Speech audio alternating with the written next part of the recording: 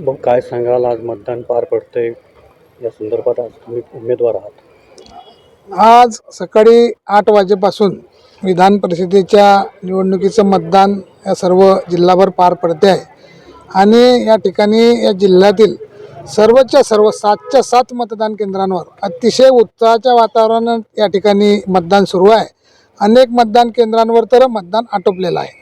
हे असताना तुम्ही कार्यकर्ते होता, तुम्हाला काही दुगदुगी वाटते मनामध्ये?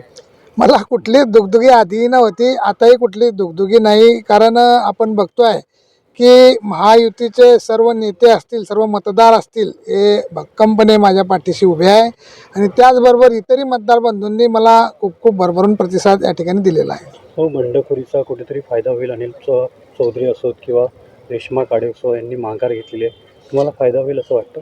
हे बघा, आम्ही तर कोणालाच म्हटलं नाही की आम्हाला पाठिंबा द्या किंवा आमच्यासाठी माघार घ्या. त्यांना वाटलं म्हणून त्यांनी त्या ठिकाणी माघार घेतलेली आहे. आधी महायुती आमच्यासोबत भक्कमपणे उभी होती आणि एक संघ असलेल्या महायुतीत या ठिकाणी आमचे नेते आदरणीय गिरीश भाऊ असतील, गुलाबरावजी पाटील असतील, आदरणीय रक्षाताई, या ठिकाणी संजयजी सावकारे व सर्वच आमदार महायुतीचे यांनी अतिशय मेहनत घेऊन या ठिकाणी महायुती भक्कम ठेवण्याचा प्रयत्न या ठिकाणी केला असल्यामुळे आम्हाला कुठलीही या ठिकाणी धाकधुकी किंवा भीती नव्हती. परंतु समोरच्यांनी त्या ठिकाणी पाठिंबा दिला, त्यांचे अभिनंदन करतो. ज्यांनी माघार घेतली त्यांनी माघार कशी घेतली ते काय मला या ठिकाणी सांगता येणार नाही. संपूर्ण राज्यभरामध्ये कसं असणार आहे भाजपची?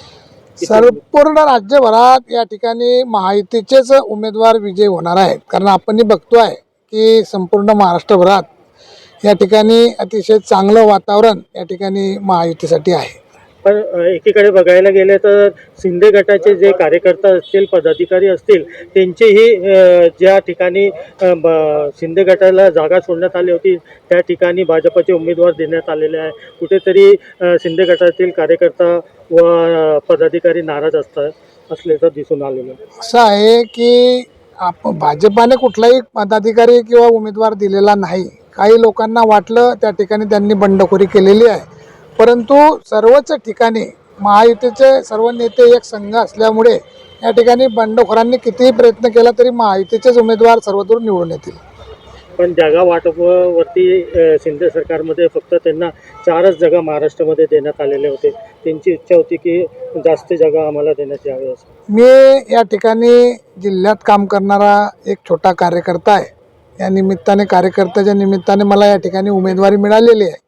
परंतु प्रदेश स्तरावर काय चाललं आहे आणि कशा वाटाघाटी झाल्या हे मी या ठिकाणी सांगू शकत नाही. तो नेत्यांचा अधिकार आहे, तो नेतेच बोलू शकतील.